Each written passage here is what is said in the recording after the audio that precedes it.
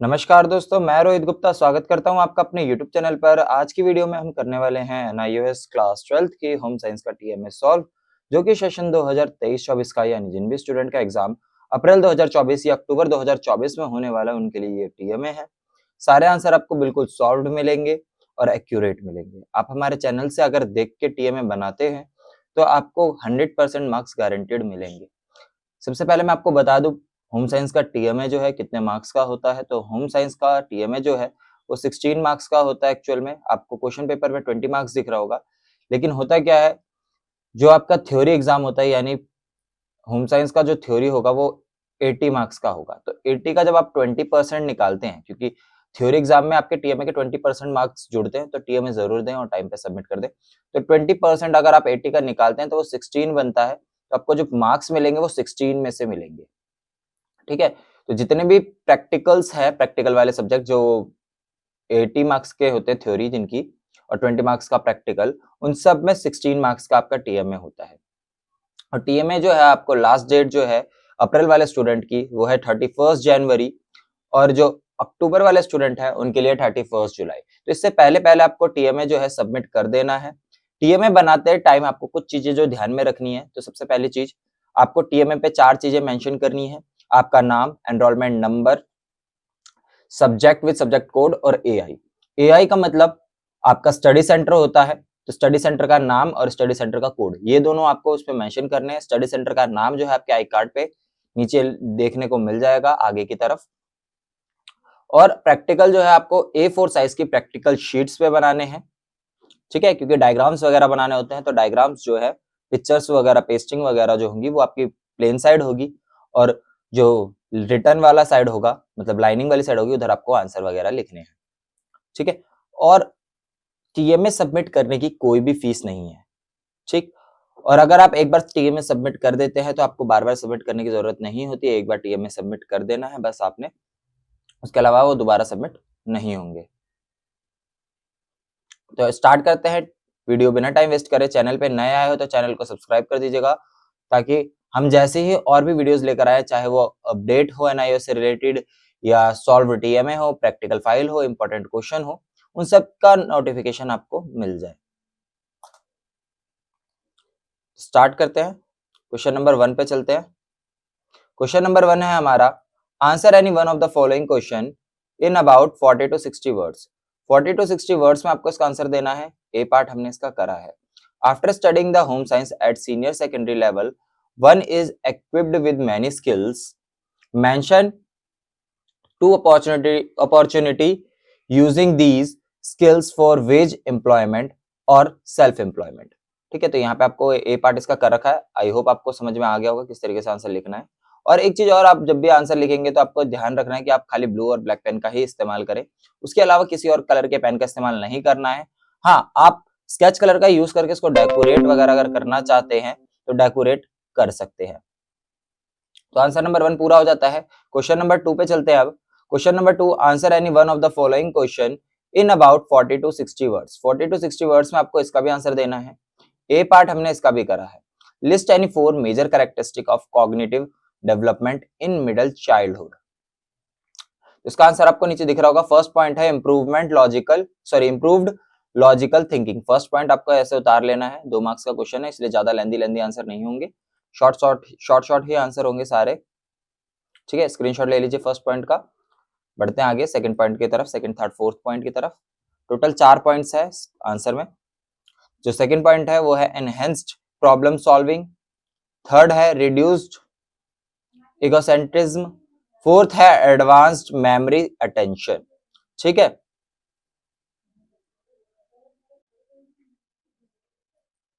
I hope आपने अभी तक जो है स्क्रीनशॉट ले लिया होगा। बढ़ते हैं थर्ड क्वेश्चन की तरफ।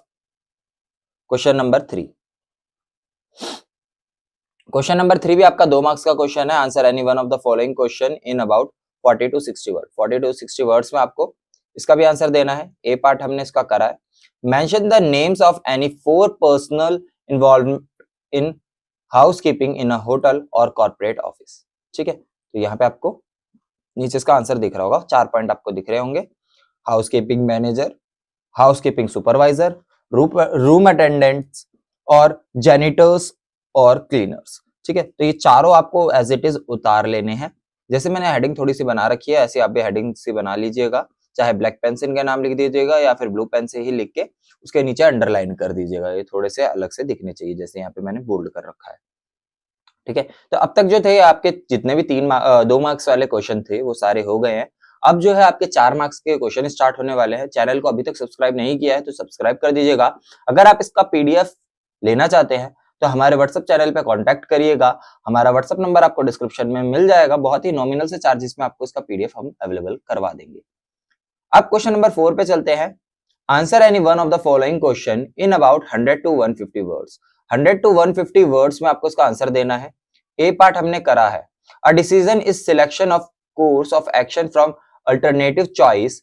Justify the statement with the help of an example by applying the 4 steps of decision making. ठीक है, तो यहाँ पे आपसे बोला गया है किसी भी डिसीजन मेकिंग में क्या क्या स्टेप्स होते हैं वो पूछे गए हैं, तो वो आपको नीचे अब देखने को मिल जाएंगे। ठीक है, तो यहाँ पे आपको एग्जाम्पल के साथ समझाया गया है। ठीक, अब जैसे जैसे दिया गया है वैसे वैसे आपको इसको कॉपी कर लेना है, same to same as it is आप उतार देंगे। तो यहाँ पे आपको दिख रहा होगा। ठीक है, फर्स्ट स्टेप तक आपको दिख गया होगा। आगे बढ़ते हैं। Step 2 gathering information. तो ये दोनों स्टेप 2 स्टेप 3 दोनों दिख रहा होगा। एक चीज और मैं आपको बता दूं, अगर आप इसका हैंड रिटन टीएमए खरीदना चाहते हैं, मींस कि जैसे अब काफी सारे स्टूडेंट होते हैं जो जॉब कर रहे होते हैं, उनके पास टाइम नहीं होता असाइनमेंट वगैरह लिखने का या उनकी राइटिंग बेकार होती है, तो आप हमसे कांटेक्ट कर सकते हैं। बहुत ही अच्छी हैंड राइटिंग में एकदम नीट एंड क्लीन आपको टीएमएज अवेलेबल हम करवा देंगे, जिसे आप परचेज करने के बाद आपको अपलोड करना होगा या आप हमसे भी अपलोड करवा सकते हैं।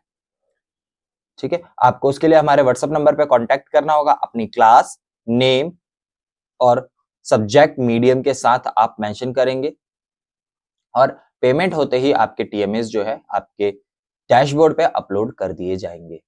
यहाँ पे आपका ये आंसर जो है क्वेश्चन नंबर 4 का ये पूरा होता है। बढ़ते हैं क्वेश्चन नंबर 5 की तरफ। अगर आपने अभी तक स्क्रीनशॉट नहीं लिया है तो फटाफट से ले लीजिएगा वीडियो को पॉज कर करके, और अदरवाइज आप पीडीएफ भी परचेज कर सकते हैं। क्वेश्चन नंबर 5 आ जाता है। ये भी 4 मार्क्स का क्वेश्चन है आपका। Answer any one of the following question in about 100 to 150 words. 100 to 150 words में इसका भी आंसर देना है। बी पार्ट हमने करा है। In order to get a design on the fabric dyes can be applied at different stages of fabric production. Briefly describe the stages of dyeing application with suitable diagrams.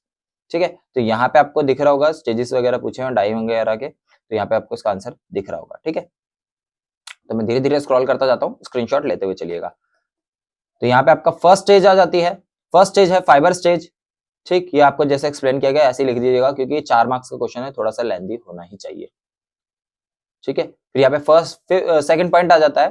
और ये जो picture आपको दिख रही है, ये आप अगर बनाना चाहते हो तो बना सकते हो, ज्यादा कोई टफ पिक्चर नहीं है, इजी सी पिक्चर है। आपको ये ब्लैंक साइड बनानी है, जो प्लेन साइड है उस तरफ। थर्ड पॉइंट है फैब्रिक स्टेज।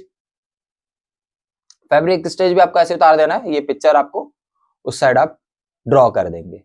ठीक है, नेक्स्ट आ जाता है आपका फोर्थ गारमेंट डाइंग। अब ये भी आपको ऐसे ही करना है जैसे दिया गया है। पिक्चर अगर आप ड्रॉ कर सकते हो तो ड्रॉ करिएगा, अदरवाइज आप प्रिंट करवा के पेस्ट कर सकते हैं। अब जो है बहुत ही इंपॉर्टेंट क्वेश्चन, जो कि 6 मार्क्स का क्वेश्चन होता है। Prepare any one project out of the given below. इसका हमने बी पार्ट करा हुआ है। 16 year old Nisha is often feeling tired and weak and has pale and yellowish skin. Mention 4 rich sources of the nutrient to overcome the symptoms. Also plan a recipe of evening snack for her using the rich sources of the nutrient. Along with the method of cooking used, how your chosen method of cooking will help in the conservation of nutrients. तो ये सारा आपको इसमें बताना है। इसमें तो ये आपको जैसे दिया गया आपको एज इट इज उतार लेना है। ठीक है, तो मैं आपको आंसर दिखा देता हूं। अभी आपको थोड़ा सा दिख रहा होगा तो स्क्रीनशॉट ले लीजिए, क्वेश्चन भी आपका आ जाएगा साथ में। ठीक है, तो यहां से आपका आंसर स्टार्ट हो जाता है। रिच सोर्सेज ऑफ आयरन ये आपको बता दिया गया है। यहाँ पे आपको दिखा रहा है spinach, legumes, lentils and chickpeas, pumpkin seed, recipe spinach and lentil patties। अब यहाँ पे इंग्रेडिएंट्स क्या क्या है वो यहाँ पे बता दिए गए हैं, ठीक है। इंग्रेडिएंट्स बताने के बाद आपको मेथड बता दिया गया है किस तरीके से आपको बनाना है।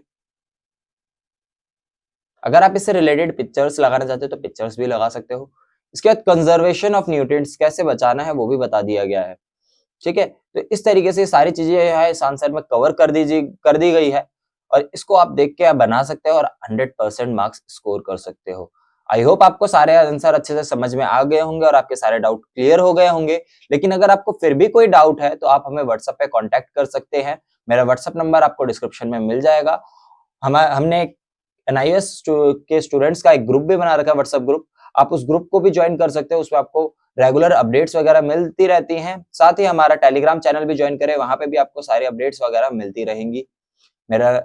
मैंने लिंक डिस्क्रिप्शन में डाल दिया हमारे व्हाट्सएप ग्रुप का, इंस्टाग्राम पेज का भी हमने लिंक डाल दिया है।